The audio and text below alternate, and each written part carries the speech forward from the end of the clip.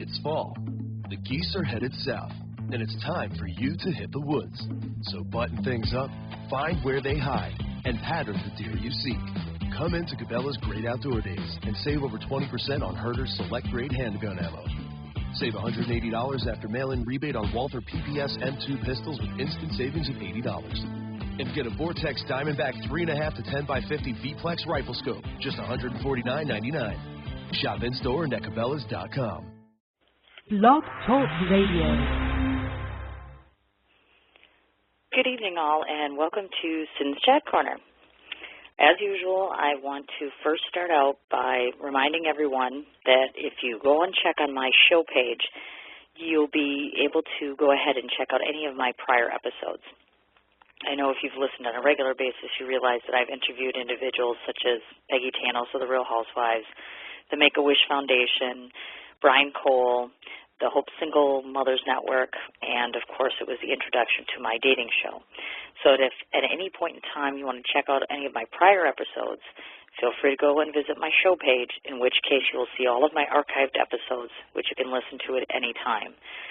I am currently in the process of trying to upload all of these onto YouTube as well so that people can actually view it on my show page. You can view it online. You can view it on YouTube. So feel free to go ahead and check those out at any point in time. Tonight I'm extremely excited because I'm going to be having my interview with the Alaskan country singer Doug Briney. It should be really interesting for me personally to meet an artist with such a magnetism about him, as well as a fascinating background that he comes from. We'll get into that in a little bit. I also wanted to go ahead and send a shout-out in reference to Brian Cole, who we had on our show previously.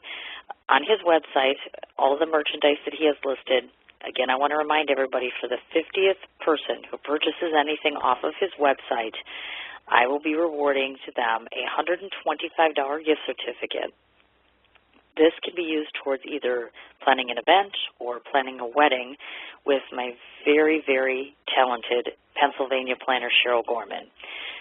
In addition, I'm also trying to seek raffle items. I believe that we've discussed this before. I have a very good friend of mine, Cheryl, whose 27-year-old son suffers from a major brain injury.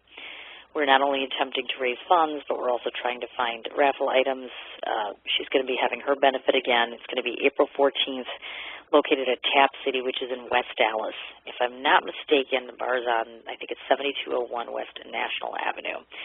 So definitely, anyone who can go ahead and donate anything, time, money, items, feel free to give me a call, send me an email, send me a Twitter message, Facebook message, just get in contact with me. So, before we start off with the show this evening, again, I want to thank everybody for spending their time with me this evening. I also want to remind everybody to go ahead and like my Facebook page, which is Sin's Chat Corner. You can also friend me on Facebook. Again, my name is Cindy. The last name is M-I-C-H.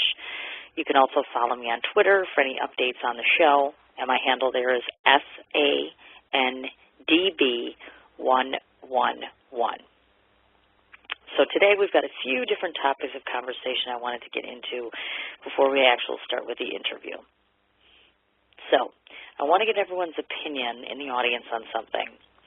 As I have discussed actually in a couple different shows, I've been a patient of bipolar disorder for the last approximately 25 years.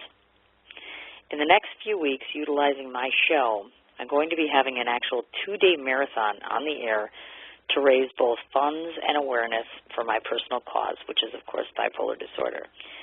I'm going to be interviewing fellow patients, meaning individuals who have suffered from bipolar disorder or who have family with bipolar disorder patients in them. We're going to be talking to various organizations that actually work in the field of bipolar research, or organizations or people who actually have foundations set up for bipolar individuals. We're also going to be having on-air discussions with professionals who can either answer questions or offer advice regarding bipolar treatment or any questions you might have about your own bipolar disorder. And, of course, these are licensed therapists. Keep that in mind, of course. Now, one of the ideas that I had come up with was to allow myself to actually conduct my own on-air personal therapy session. By that I mean, of course, I have my own personal therapist. I would be having him actually providing therapy on the air for a solid hour for my viewers to be able to call in or listen in or to be able to just hear that. Now, I realize that obviously I'd be opening myself wide up and that there's going to be plenty of items that would be shared on the air that very few people are privy to in my own life or know certain things about me that would be obviously disclosed on the air. I would attempt to do this as a gesture, which would enable, obviously, fellow bipolar sufferers like myself to not only be able to see the benefits of what therapy actually offers, but also to allow other individuals to gain a real education of what living life as a bipolar person actually means, meaning the good parts to it, which there are some good, the bad, of course, and then sometimes actually there are even the ugly parts of bipolar disorder. So therefore, I guess my question to the audience is this, is this idea, might it be harmful in some way? Obviously, it's a consensual thing, and then I'm consenting to go on air to actually talk about my own therapy. I've noticed in daily life, as I'm sure all of you have, we have the invention of reality television. So we have Dr. Drew, who's on television. He obviously, of course, conducts celebrity rehab, as they call it, on television, where you're actually seeing bits and pieces of his patients' therapy sessions. Bethany Frankel, of course, who is one of the Real Housewives of New York, she obviously has taped her own therapy sessions. In fact, she even had a couples therapy session where they actually went out on a boat, and you actually saw this going on as well. Now, I'm assuming that these shows actually have some form of editing or have editors that deal with kind of picking and choosing what they want to keep and what they don't want to keep. Whereas my program, each and every time, is 100% real and true, meaning that there's no one editing it, there's no changes that are being made, and there's no added drama to it. Obviously, this is 100% real and on the level. So I'm certainly open to suggestions or comments or ideas from anyone as to, is this a good idea? Am I crazy? Am I opening myself up for too much? I'd really like your suggestions or ideas on what you think in regards to that. So just let me know. Now, second topic of conversation tonight actually concerns my little one. I think I might have mentioned in the past that I'm a mom to 3 different kids at home, my 16-year-old daughter, and then I have 2 sons, which is, of course, my one son who is 5 years old and my other son who is 7 years old. Now, I have a 7-year-old son. Obviously, he suffers from a medical condition. I'm sure we've all heard of asthma before. Now, he's been hospitalized for this condition on a few different occasions. I believe he was 3 months the first time he was hospitalized, and then again in about a year and a half. Obviously, he spends every day all year round taking preventative medication. We found out through time and trial and error that I guess the only trigger this child has is the common cold, meaning he gets a common cold, and then the coughing and the hacking and the breathing problems all start, of course. Ironically, he doesn't have any allergies. He's suffered various issues. He's had the retractions, gagging, coughing fits. He's had episodes where he's had to have repeated breathing treatments and, of course, steroid treatments, which is quite common for 7-year-olds. Every time my son gets sick, as you know, as being a parent, not only do you just dread it, but it's just that your heart just literally breaks in the fact that I can't fix it, I can't take it away, I can't take it for him. The medication seems to take forever and it doesn't work. When he's really sick, he takes an albuterol inhaler, which is common practice, of course, usually every 4 hours. And it just seems like he can only hang on long enough to get to that 4-hour time frame before he starts hacking, and he needs to have more medication. So this is the issue in play that we have here. I take my son to school, obviously. Now, obviously, I can't be with him 24 hours a day at school, so I need to send an inhaler to school, which is what I've done. Now, the doctor's orders are, of course, every 4 hours is needed on an inhaler because when a child has asthma, this is what they need. When he gets really sick and he needs more of an aggressive treatment, then they allow him to be taking it every 2 hours. Now, because I do not have an order, a standing order for medicine given every 2 hours, the school is insistent that they must follow the every 4-hour rule, which means now I'm sending him to school. He's getting sicker. His cough is getting worse. I'm saying he needs it every 2 hours. At the time, your doctors are not always accessible to you. I can't just call up the clinic and they're just going to say, let me give you a note for this. Of course not. So for hours at a time or as long as it takes to get in contact with your doctor, I have nothing in writing. So therefore, my child has to sit with absolutely no medication, could be for up to 2, 3, or 4 hours, because the school is saying to me, unless you have something written and faxed to us from the doctor that changes the original order, he has to sit without his medication. So here I'm left with the quandary of I either have to run to the school every 2 hours, stand there, give him his inhaler treatment, which takes 2 seconds, or he ends up, of course, like I said, going without medication, which could be hours at a time, or in this case, every 4 hours, which in the long run might very well exacerbate his situation. And ultimately, of course, it makes things worse for me. It makes things worse for him. I mean, obviously, I'm assuming here that the school is just trying to cover their own ass, of course, because they're fearing that some sort of lawsuit is going to come from this, meaning that parents are going to end up suing them, heaven forbid, if something should happen to your child.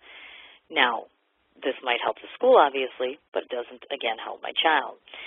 It does not suffice the needs as it relates to his illness, of course.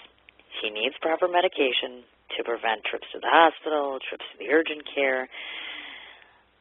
I'm thinking that the needs of my child are supposed to surpass any or all lawyers' unfounded allegations here that some parent is going to go jumping down their throat the minute they give him medication. I guess, again, to all the parents that are out there and listening, I'm just curious as to know what are your thoughts or insights on this. I mean, am I right here? Am I wrong? I mean, should I just kind of roll the dice and let him take it every 4 hours, even though I know he's miserable? If you're in a particular school district, maybe let me know. Tell me, do they do things differently in your area? I'm certainly open to suggestions on this because it's quite the quandary. All right, on to a new subject matter. I wanted to kind of throw this shout-out here for a very, very dear friend of mine. I have a very close friend who I went to high school with. I call her my soul sister, Annie B. Annie B is an acoustical singer, actually singer/guitar player. She actually is in a band called Annie B and the Vagabond Company. And she's actually having a video release party this coming Friday, which is for those of you who are in Milwaukee, not in other states. She actually released a video for her song. It's called Coffee Beans. She's just truly I can't say enough about her. She's an invigorating, talented, passionate, lovely, beautiful young woman, very, very talented. I just got a chance to check out the video. If you want to check it out on YouTube, just type in Annie, Annie, Annie B, and the song again is called Coffee Beans. You can go onto YouTube directly and you can take a look at it or view it from anywhere in case you don't live in the Milwaukee area, of course.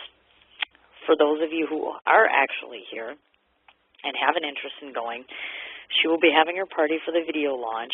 It's going to be this coming Friday at 9 o'clock. It's going to be at a place called the Bayview Brew House.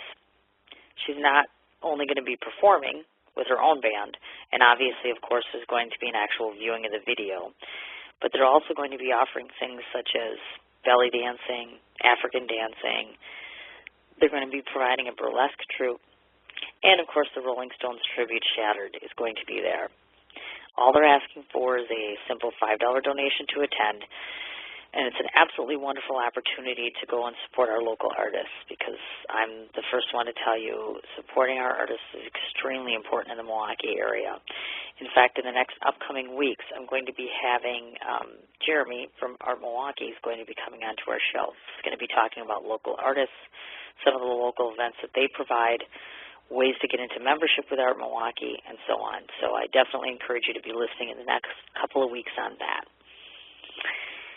All right, we've got another couple of topics here before we get on to our interview with Doug Briney. Now, I myself personally have to say, and I'm hoping I'm not the only person here that is just sick to death of turning on the television and seeing these recall ads that are going on. By that I mean, of course, the recall of our Governor Scott Walker. Now, obviously, I understand there's tons and tons of people that live in the state of Wisconsin, so some of you love him, some of you hate him. Everybody seems to have an opinion on this one way or the other. I personally can tell you, and this is my own personal opinion, that I'm opposed to Scott Walker. I'm opposed to him being governor, and I, of course, oppose just everything as it relates to his programs, and I hope the recall goes through. Now, if you want to hold that thought a moment, it looks like we might have Doug on the line. Just a second. Hello, this is Sin. This sure is. This must be Doug Briney.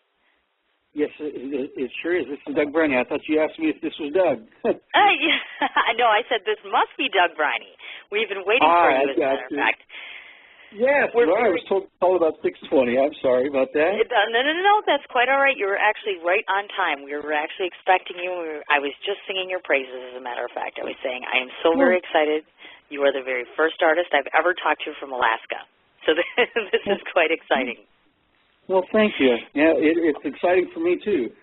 Oh, wonderful. I'm glad to hear that, actually. I just have tons of different questions. I have tons of different things to say about you, for you, all that good stuff.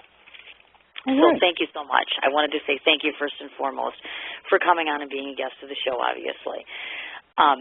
So let's get to our first question, because I have, like I said, a bunch of things I want to know about you.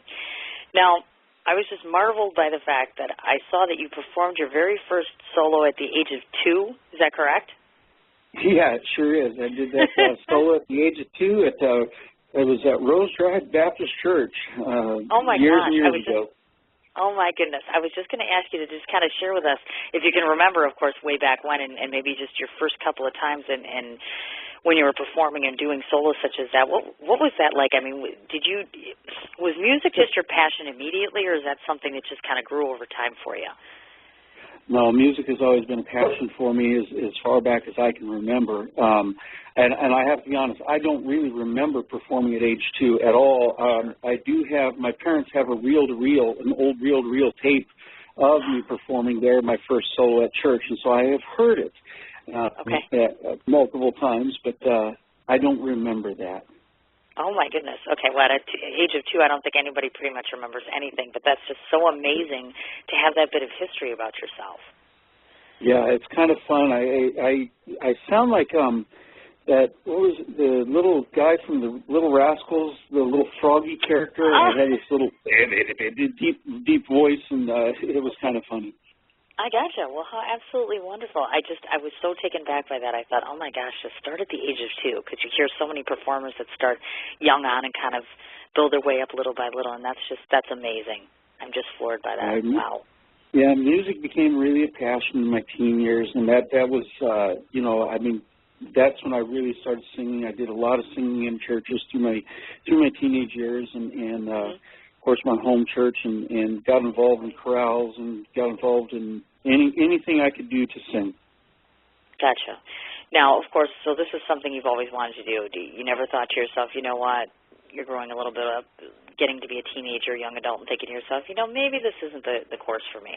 I mean, was there that moment when you just knew this is where I want to be, this is what I want to do? For me, it was the end of my senior year. I knew that I wanted to be involved in music, and I've been involved in church music, for the past 24 years, and that has been what I've done is leading worship in churches and doing different things for the past 24 years, and working as a music and youth minister in churches, and it's always been kind of that passion, and so this has been something, this avenue is a little bit different than what I've done before. It's always been in church music. Originally I always thought I'd do a church album or a Christian album, and it was a lot of prayer and a lot of soul searching, and I just really felt that this was what I needed to do, something different, something pure country. Gotcha. Okay, that answers my question. Okay, now, next thing for you. Now, I've noticed that you've obviously, as you were starting to say, you've exemplified just a diverse talent. I mean, we're talking about being gospel quartets, opera choruses, and, of course, the church, obviously. Now, can you tell me, which of these musical styles can be heard in your music? I mean, is it a combination of all three, do you think? I mean, where did you kind of formulate your bass from? My base has been country my entire life. Even though I grew up singing in the church and everything, I always, from as far back as I can listen to, or far back as I can remember, I've listened to country music. And so you've always heard country coming out in everything I've done, even singing the opera choruses and stuff. that's how I heard it in my head, was with a little bit of country twang. Now, a little hard to do that in German or in Italian, but it was, that was my base, was country music, has always been. And even leading worship in churches, working with different musicians, doing contemporary praise music in churches, they'd always, the beat that you're doing, the sound that you're doing, it's wrong. It's just different than what we're used to. And it's, well, yeah, I'm sorry, it just kind of comes out that way. So that's how I've always heard things, is country, and that's just who I am. Okay. Now, I'm curious to ask you, now, out of all the three, the gospel, the opera, and the church, of course, are you partial to one as opposed to the other? Do you have a preference? Do you enjoy all three? I guess I'm just wondering your stance on that. I do. I enjoy all three. I really do, and equally. I to sit down and hear a good aria, and to sit down and hear a beautiful opera, there's really not much like that. To be singing praises and to be giving praise to God through music, there's, I don't think there's any higher form of praise. And the quartet music is just fun, and it's those roots and the fun, and it's just, so yeah, they all blend together. It really does, and I can't pick a favorite. It would depend upon my mood at that very given moment. Okay. Interesting. Okay. Now, I wanted to ask you, because as I understand it, I see that you've been a finalist for the Caber Country Idol competition, and I see that you just got a nomination for Best New Male Vocalist from ICMA. And congratulations on both, by the way. Thank you. Did you imagine this sort of success for yourself? Not at all. Not really? At all. Absolutely not at all. And the Caber Country Idol, it's been just a blast. I enjoy going out and singing on the local level here, and to do that. Both times that I ended up as a finalist, I was just blown away by the competition and by what was there, and it was very exciting. It was very humbling and everything else. And when I received then this phone call, actually it was an email, that I received on the nomination to the ICMA, I was shaking. I couldn't even believe it. I was just humbled. Isn't even strong enough of a word. It really isn't. I was dumbstruck that it was there. That I had been nominated for that. I was blown away completely. It was not something that I was expecting. It was not something that I was seeking. And I was just completely blown away that someone thought enough of my music to make that nomination. And it was actually 2 nominations I found out later on, and I was shaking. I couldn't believe it. So no, it wasn't something that I imagined at all. I'm very grateful for it. I'm very, very grateful for it. But it was not something that I set out to accomplish. But I am very, very, very grateful and very humble for it.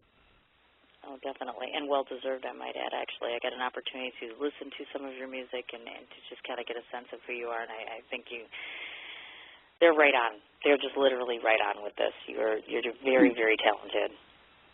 Thank you very much. Oh, you're very, very welcome, actually. Now, I have to ask this, and it might sound very geeky because I live in this nice little Midwestern state called Wisconsin, so it's very cold here. Not today, thank God. It was 60 today, I think. But give us a glimpse into the life in Alaska there. In particular, obviously, our country music scene here, obviously, I'm guessing might be a little different there. So how strong of a country music influence is there do you think, where you're at? The 2 largest radio stations in our state are both country stations. K-Bear is the largest radio station in the state, and we have it is the number 1 demographic is country music listeners in Alaska. So yeah, it's a big thing here. We're a little starved for some of the big name talent coming up to the state. We don't get a lot of the shows. I'm very jealous when I read about different places that have a different big show. It seems like at least once a month or every couple of weeks, and for us, a big show might come through once a year, and we're pretty excited about it when that happens. I gotcha. Well, that's unfortunate. My goodness. And what's the weather like there right now? I just had to ask that too. The weather is today was really nice. We were in the probably the mid-20s, very sunny outside. We're expecting the northern lights tonight. A very high aurora activity has been predicted. Okay. We've had a pretty brutal winter though. We're on track to set the brand new record for snow.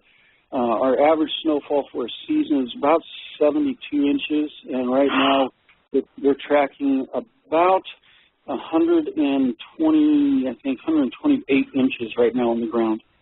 Oh, my God. Oh, my gosh. So, yeah. I'm happy to be Wisconsinite right now. My goodness gracious. Yeah, At 20 degrees. Oh, you poor thing. Oh, my God. Yeah, the roads are pretty narrow right now because they're all choked with snow, and we just don't have any more place to put it. There's just no place else to put the snow. Oh, my goodness gracious.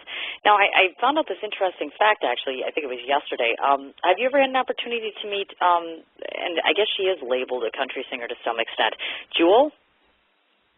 I have not had the opportunity to meet her. She is labeled multiple things. Yeah, she's definitely done a lot within country. I have not had the opportunity to meet her. I have met some of her relatives, but I have never met her. Yeah. Gotcha, because I figured, I was like, yeah, Alaska. It's like, how many people are you going to find from your neighborhood neck in the woods who kind of does what you do? You know what I mean? So I just thought, that. We'll see. Now, the one person that you might have heard of that I have met, and I had actually have had the opportunity to sing with, is Kelly Clarkson. Yes. I was just leading into that, actually, and I was going to say, so now, I'm curious about the experience. What was it like? Well, it was before Kelly won the American Idol. She had just been she was just beginning that process, and her brother was up here in Alaska at the time and was getting married, and I actually performed the ceremony for them, and so she came in for the wedding, and Jason was all excited. They were all excited because she was just starting this adventure on this brand new program called American Idol, and so I got to meet her, and we got to sing together, and we just had a great time, and we really did. Found her to be a very open, very honest person, and just had a lot of fun with her when she was here. And we got to spend a couple days together and singing, goofing off, and that type of thing. So it was a lot of fun, and she's just a very wonderful young lady. Yeah, she gives off that sense. She just resonates the sense of just being very strong, very talented, just a gem. I adore her. I think she's absolutely wonderful. I never met her, but I think she's a raw talent. Absolutely wonderful. Yeah, she really is. And even before she won, she was just I mean, when she sang, it was unbelievable. I mean, sit there with her and be able to sing, it was a lot of fun, and we did a lot of different things together and just sat there and jammed and played music, and the evening of the wedding rehearsal, we sat there for about 2 hours because everyone else was late. And so we sat around for about, everyone, including the bride, was late. So we sat around for about 2 hours just jamming before everybody got there. We had a great time. Oh, how lovely. Look at that. And, I can't not appreciate, these collaborations like the Jason Aldean thing. She's collaborated with Reba McEntire. So there's that that collaboration with country that I just appreciate so very much. Absolutely. Definitely. Okay, now, to me personally, I think it's quite extraordinary that not only are you this hit country singer, but you're also a pastor at the Cowboy Church. So I'm very interested about this. I'm wondering I'd like to know your inception into that role. How did this come about? Well, like I said, I've been in the ministry and working with churches for years. We lived in for 4 years in a remote place here in Alaska. It's not really remote, but it's out of Anchorage by about 100 miles, a place called Tuckheaton, and I was there for 4 years as a pastor. And we moved back into Anchorage, and really we were trying to figure out where we would fit in, and through a lot of prayer, and it actually, a lot of the vision came from attending the K-Bear Country Idol and being involved in that, and really growing a heart for the country, not just country music, but the country music community. And it was through that the vision for this church was born, and we began the church. Our first meeting was January 15th in 2009. We met once in January, once in February, once in March. We had a good group there, and they said, hey, we don't want to meet just once a month. We want to meet every week, and we began weekly meetings in the end of the March in 2009. And so my role is I help with leading, I help leading the worship. I've got a great worship team that helps us, and we use country music and all of the as our main genre in worship. We take a lot of the modern praise music and change it up a little bit, and I don't have to hold back on the country. I can just let it come out, and I've got some great country musicians that play along with me and do a great job with that. Right. So clearly, obviously, it goes without saying that role is clearly inspirational to your career on many levels, I'm gathering. It sure is. Yeah. It really is. It's definitely a part of who I am.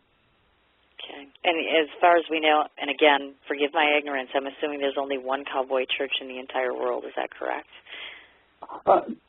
No. There's only one cowboy church in Alaska. But in the lower 48, as we call the Little America down there,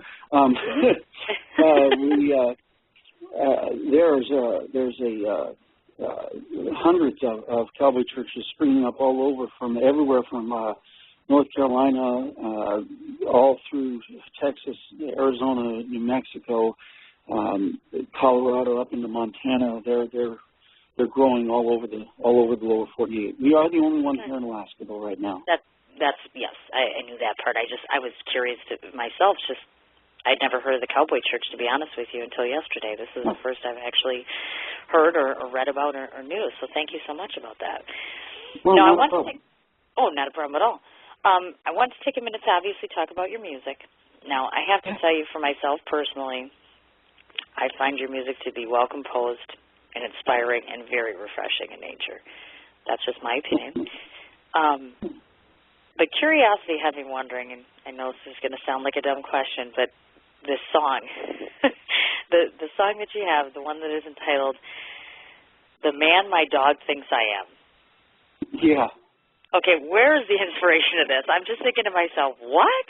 I'm reading this title and I'm thinking, what? So talk to me. Tell me about this song.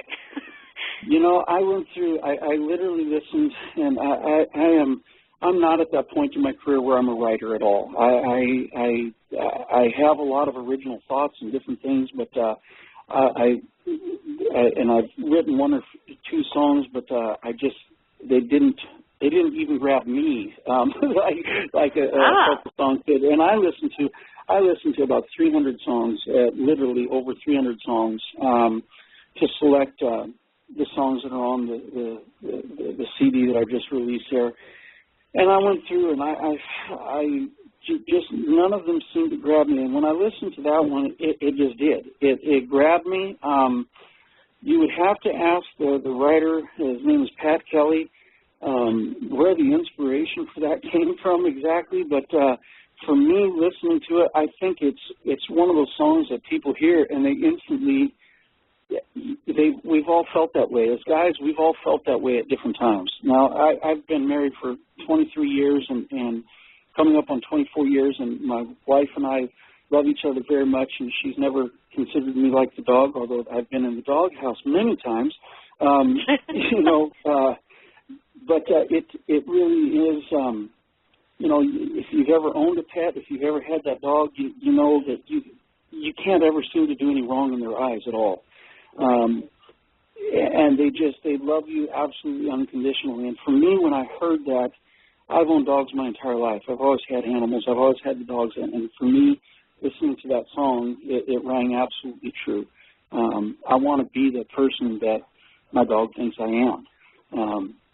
Even if I can't, even if I fail at times, I'm going to kind of keep working on that. And that's why I included that song on the Chris Young song that he did, "The Man I Want to Be." Again, that's I want to be that person that when people see me, when I'm dealing with my family, when I'm dealing with them, I want to be a person who is right, who is right, not righteous, but right in the sense that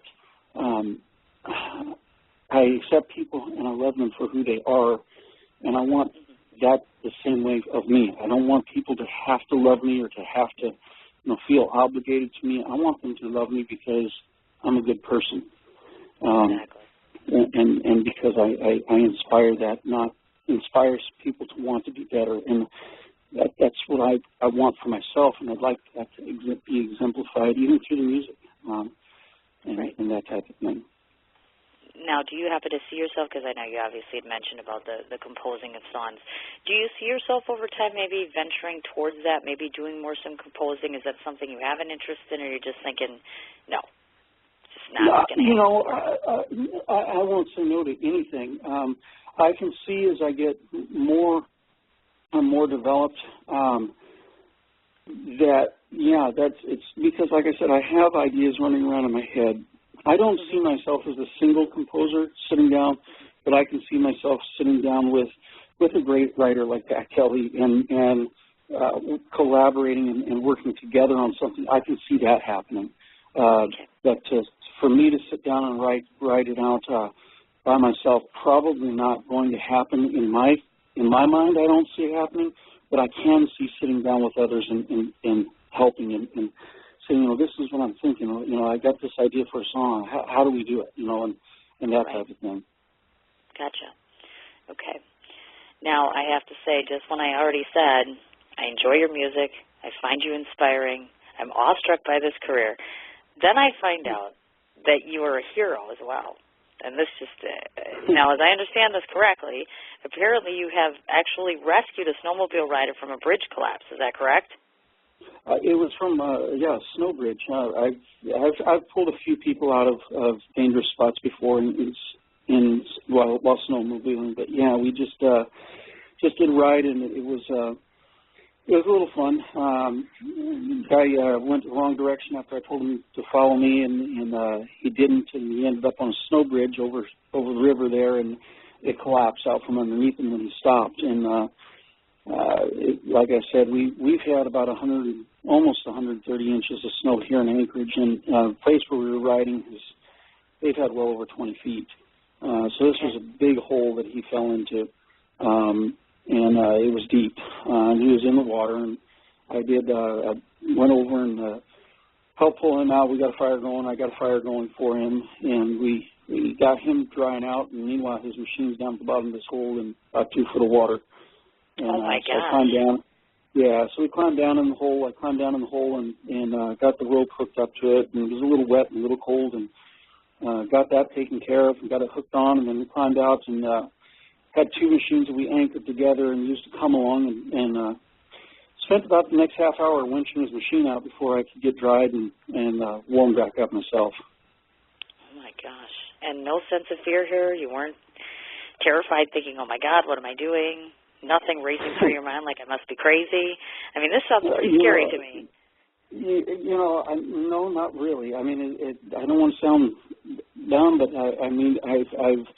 we've lived here in Alaska since '92, and I've done a lot of snow machining, and I've been in worse positions than that myself, and knowing that we had the group that was there, with us, and we had a fire already going, we just did what. I just did what needed to be done, and we, together as a group, we worked on it and we got it out of there, it was one of those things that had to be done to keep everyone and everything safe. So you don't really think about it in that. Sure. In that light, you plan your rescue, you plan what you're going to be doing, and you plan it out, and then you execute the plan. You don't just jump into it, and it's. Like I said, it's not the first time that I've had to winch a machine out of a bad position before, but it was certainly one of the colder ones.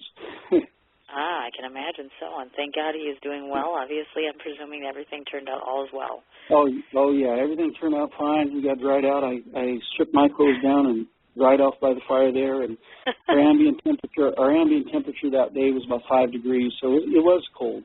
Oh my gosh!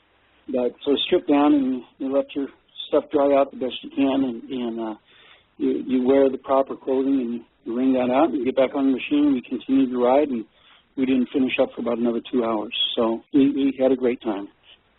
Wow. Amazing. I am duly impressed. That is just amazing. I can't even fathom that here in Wisconsin. My goodness. Now, since we're happen to be on that caveat here, actually, I wanted to spend a little bit of time discussing your support. Obviously, I know that you have been in collaboration with St. Jude's Hospital and the Wounded Warriors Project. I was just curious now, for some reason, do these organizations hold special significance to you, or did you just select them, or how did your association start? You know, country music has been huge with St. Jude's, and I have to tell you, I haven't done near what I hope to be able to do one of these days. You know, my resources at this point have been pretty limited as to what I can do, but I sure hope to be able to do a lot more in the future. My involvement there is just, I can't imagine. You know, I have 4 children. I can't imagine one of them needing that kind of care. Sure. And if they needed that kind of care, the cancer care that St. Jude's provides, I can't imagine having to have a bill. And you know, the support and the care that St. Jude's gives is second to none. And so that's something I can definitely get behind. And then the Wounded Warrior Project is dear to my heart. I personally have not served in the military, but my father did, my grandfather did, and I have a son right now who's in the Air Force. He's at Andrews Air Force Base, and so the military is extremely important to me, and supporting our troops and supporting our men and women who serve. I don't care what the branch is, and that they are the heroes. I mean, they're the ones who, they really are. They're the heroes. And so for me, the Wounded Warrior Project, to be able to do even something small for them is really an honor. My son there at Andrews Air Force Base, he works at the hospital there at Andrews, and each week they get shipments of these soldiers who have been wounded, and he's very closely involved with the Wounded Warrior Project there, and carries a lot of these guys into the hospital and has the opportunity to talk with them and meet with them, and it's really an honor to do very little that I can do, but very little that I can do is all I can do at this point. And sure. You know, to be able to do that for them, I think is a tremendous honor. Gotcha. Now, do you envision yourself potentially doing work with any other organizations in the near future, or ones that you'd like to collaborate with or get with or be able to assist? You know, I honestly don't know at this point. Those are the ones that are really dear to my heart. I would like to do some more for veterans. I would like to do some more there, but I haven't really explored what is out there. You know, there's a lot of great organizations that are out there that are helping people and helping our veterans and helping cancer survivors and helping with research. And I could see getting more involved in those things as my personal resources, you know, hopefully grow. Being more involved in doing some more things like that, I would love to do more. I really would. I'd love to do more for the Cowboy Church and be able to help us continue to grow there and that type of thing. So I can see, I do see that things will change. I just don't have that magic crystal ball or whatever to say how they're going to change. Sure. No, I understand. Now, I obviously know tomorrow's the 9th, so we know what that means. I'm very excited to report your CD, It's All Country, is debuting tomorrow, if I'm not mistaken. Correct. It's actually being released tomorrow. I'm very excited. We've done some pre-release, and we had our launch party last Friday night, and that was incredible. It was just a great time. So we sold quite a few of the CDs already, but tomorrow everything is available on Amazon, iTunes, CD Baby, and Reverb Nation, and I have them at my coffee stand. I own a coffee shop, and we'll be there and have them all, and we'll be having a lot of fun with that and getting those out. Definitely. I wanted to ask you, for yourself personally, and having done the work and having doing the CD itself, I'm curious as to your own personal favorite. If I were to ask you, what's your favorite song off of here? What would you tell me and why? I have two that jump out as soon as you ask me that. I have two that jump out. One is the song I enjoy singing probably the most. I really love singing the song, and that's the Old Red song that Blake Shelton has done, Kenny Rogers has done, and George Jones has done that. I love singing that song. It's just a fun song to get into and sing, and I can see the story playing out in my mind. But on a personal level, the story speaking to me would be the one that we have pre-released. Would be More Than Just a Farm to Me, and that one means an awful lot to me. When I was 13 years old, I got to spend the summer with my grandfather in southern Illinois, who had a farm. It wasn't a large farm, but it was a farm, and I got to spend that summer with him and helped him working on that farm, and I learned an awful lot. I learned I don't like roosters. I still to this day don't like roosters. Them things are mean.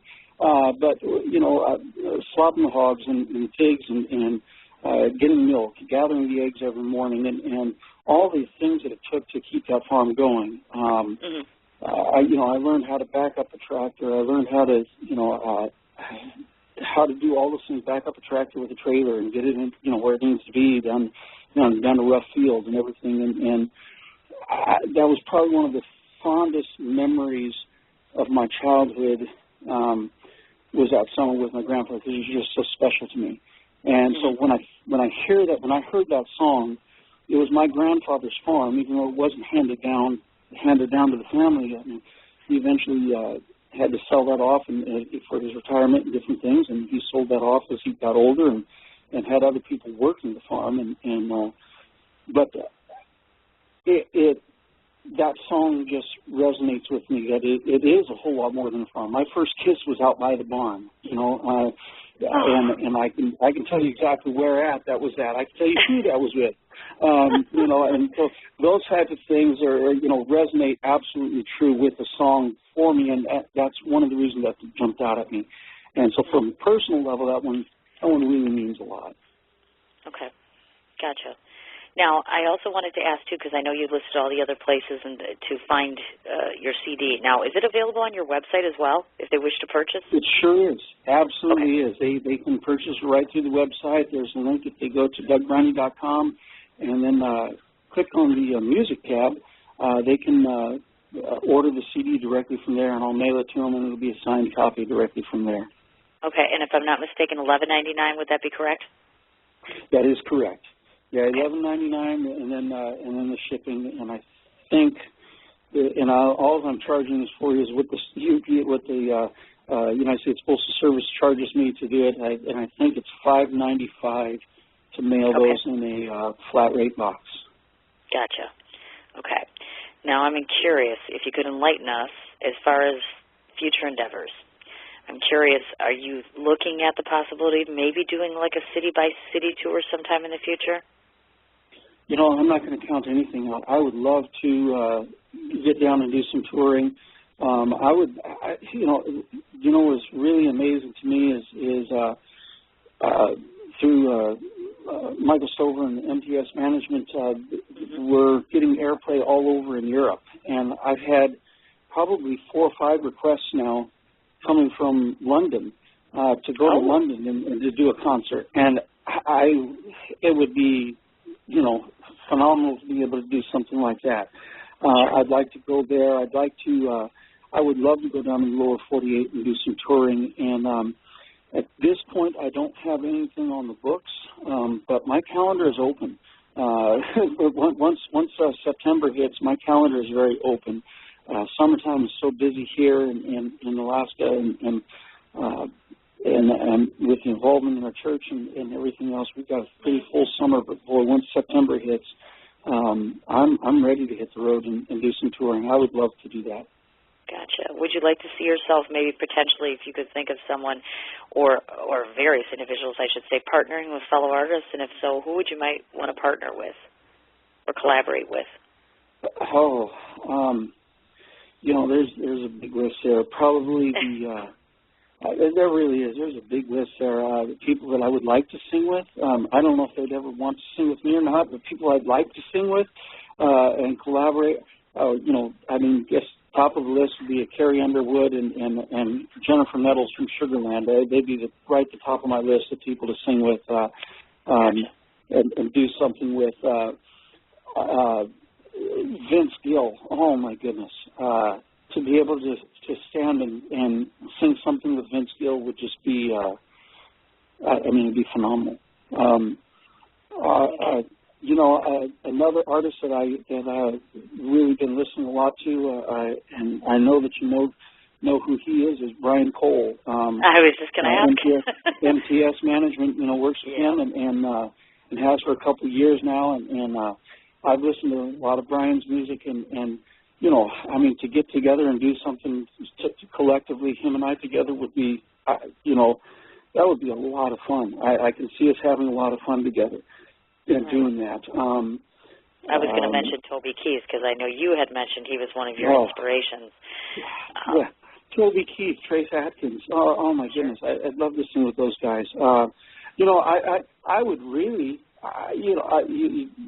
We've already talked about her a little bit. To sing with Kelly Clarkson would be just a hoot again. To sit down and have that jam session with her, and whether we do a concert or a tour together, but just to sit down and jam with her would be fun. But I think really my top three would probably be Vince Gill, Jennifer Nettles, and Carrie Underwood would be my dream to sit down with them. But and even if it wasn't in front of an audience, just to sit down at the feet of masters like that, and learn and have that opportunity to sing with them would just be, that'd be a dream come true. Definitely. Now, do you have your own personal goals for yourself? Anything you could share with us that you'd like to see happen here in the near future? Anything for yourself coming up that you want to see happen? I'm just blown away that the music is being as well received as it is, and on a personal goal that right now just that the CD would pay for itself is a huge goal. All the time. That sounds funny, but that's the reality of it, and that's a small goal. A larger goal would be to be able to put together a tour and to get outside and do some touring. In the lower 48 and to do some of that. A huge goal, one of, I guess, life goals for me and that as far as the music goes Michael at MTS manager was asking me, to share a funny story with him one time, and I said, we just have fun in life. I really do. I just have a lot of fun with life, but, one of the funniest things I think I ever did is, I let people know, hey, I've sang at the Grand Ole Opry at the Rhine Auditorium. Of course, It was in the parking lot. It was in the parking lot, but I sang there. And, for me, that would be an absolute dream come true to be able to. That would be a goal of my life, to be able to stand on that stage and to sing. And I don't. I can't say to be inducted or anything, but boy, to be able to perform there, where so many greats have performed, would be that's a life goal. Definitely, and I'm also assuming that there will be another CD on the horizon at some point in time after we've gone through our first CD here.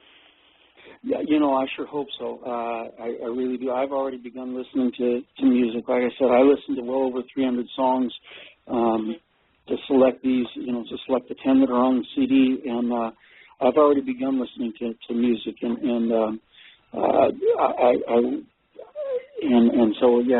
I haven't picked out any songs yet, but I've begun listening, and that's something I can definitely see that would happen again. You bet. And your next public appearance, just so individuals who are listening, if they're in the area, they can come and see you? Absolutely. I'm going to be at Lone Star Steakhouse March 23rd from 9 to 11 o'clock, and I'm excited about that. They've never had live music at Lone Star at all. Really? No, they've never done it. I don't know if they do it in the lower 48 at the stores or not, but here in Anchorage, they've never had live music, and I sat down and I met with management, and we came to an agreement, and they said, this is something we've talked about, but we just have never found right person. We're not sure. That's, you know, do you have something we can listen to? And I dropped off a CD with them, and they listened to the music, and they said, you know, hey, you know, we could definitely work with this. It's, you know, this sounds something we could do and get behind. And so I'm really excited. I think they're very excited about it as well. It seems like once they've made that decision, I've been getting phone calls from them every day. You know, what do you want to do for publicity, and what are we going to do for this, and you know, how are you going to get word out, and what do we need to do to get word out? And so we're having a lot of fun with that, and I think they're almost as excited as I am. That's amazing. Absolutely amazing. And then that's the next appearance that you have. Any others in the course of this month, or that's the one they can catch you at? That's the one that can catch me at right now. That's coming up, and we're hoping that will be a weekly event there. That's what we're looking for, is to be there every week, and that's what they're looking at, is having me there each week on a Friday night there from 9 to 11. Of course, you know, we do. Like I said, we play at the Cowboy Church. I play and sing at the Cowboy Church every Sunday morning, 9:30. Anybody can come out and catch me there. And love to have people come and visit and catch us there. We've got a good praise band that plays, and we've got a great fiddle player, a phenomenal lead guitar player, a stand-up bass, and a steel player. And then I play a little rhythm guitar there as well, and we have a great time. Wonderful. All different places where we can find Doug, of course, including, obviously, I know you have a Facebook page, so we can all follow you on Facebook as well as on Twitter. Mm-hmm. Definitely, because I know you've got, obviously, at Doug Briney on Twitter, also on Facebook. I also noticed that for those of us who don't live in Alaska, we can hook up with you on YouTube, if I'm not mistaken. Absolutely. Definitely. Any other places we can find you on the Internet? Reverb Nation is another place, and you know, for the listeners tonight, it wasn't going to be announced till tomorrow morning, but we are on. We'll let the cat out of the bag. We are right now on iTunes and on Amazon and several of those electronic distribution sites. Oh my goodness gracious! How absolutely wonderful! That is terrific. Doug, I want to say two quick things here before we wrap up the program. First of all, I want to say thank you so much for taking all of your time out of your day just to sit and talk to me. I really appreciate the opportunity. I do. I really appreciate the opportunity to talk with you and to you know, spend this much time and really get to kind of know a person is a lot of fun.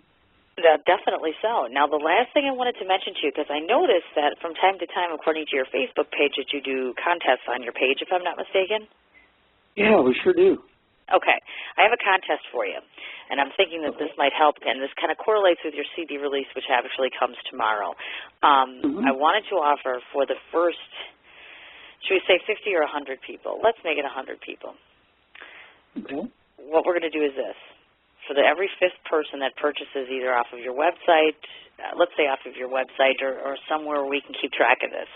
I myself personally, I'll tell you a little something about me, Doug Briney. I'm an author as well as a talk show host. And because I know that you have a line of military individuals within your family, I wrote this absolutely beautiful piece that's a very large thank you to the military. And so what I would like to do is for every fifth person that purchases your CD, let's say within the next 24 hours, I will get them a framed copy of that piece for free. Oh, fantastic. Yes. So I kind of thought if we collaborate, put our heads together, let's see how many of those CDs we can get sold in the next 24 hours. That sounds great. So what I'm going to do is I will post this up on my Facebook page. I'll post this up on my show page. We'll get it put up on your information and your page as well. And like I said, every 5 people for the first 100 people will get this for free. Oh, wonderful. Definitely. Doug, again, I want to thank you for your time. I'll be in contact with you shortly, and I look forward to doing more business with you and talking to you some more in the near future. All right. Thank you very much again for the opportunity.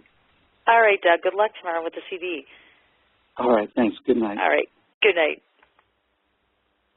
And again, I wanted to say a special thank you. That was an absolutely entertaining and wonderful interview with Doug Briney. I wanted to take a moment before we wrap up tonight to let you guys know that tomorrow evening I'm very blessed and fortunate once again to be having an organization called Bikers for Bikers. And essentially, obviously, Bikers for Bikers are individual bikers who are actually doing things out in the community for the benefit of bikers, either those that have been hurt or injured or those who are in need of things. So it's definitely going to be an insightful, exciting episode. Again, I want to thank everybody for listening this evening, and I would ask that you come and tune in tomorrow, 9 p.m. Central Standard Time. And again, every 5 people up to 100 in the next 24 hours, purchase a copy, Doug Briney, either on DougBriney.com, go to his Facebook page, or tweet him. Free piece of work from me. Again, thanks, everybody. We'll see you tomorrow night. It's fall. The geese are headed south, and it's time for you to hit the woods. So button things up, find where they hide, and pattern the deer you seek. Come into Cabela's Great Outdoor Days and save over 20% on Herter's Select Grade handgun ammo. Save $180 after mail-in rebate on Walther PPS M2 pistols with instant savings of $80. And get a Vortex Diamondback 3.5 to 10 by 50 V-Plex rifle scope, just $149.99. Shop in-store and at Cabela's.com. It's fall. The geese are headed south, and it's time for you to hit the woods. So button things up, find where they hide, and pattern the deer you seek. Come into Cabela's Great Outdoor Days and save over 20% on Herter's Select Grade handgun ammo. Save $180 after mail-in rebate on Walther PPS M2 pistols with instant savings of $80. And get a Vortex Diamondback 3.5 to 10 by 50 V-Plex rifle scope, just $149.99. Shop in-store and at Cabela's.com.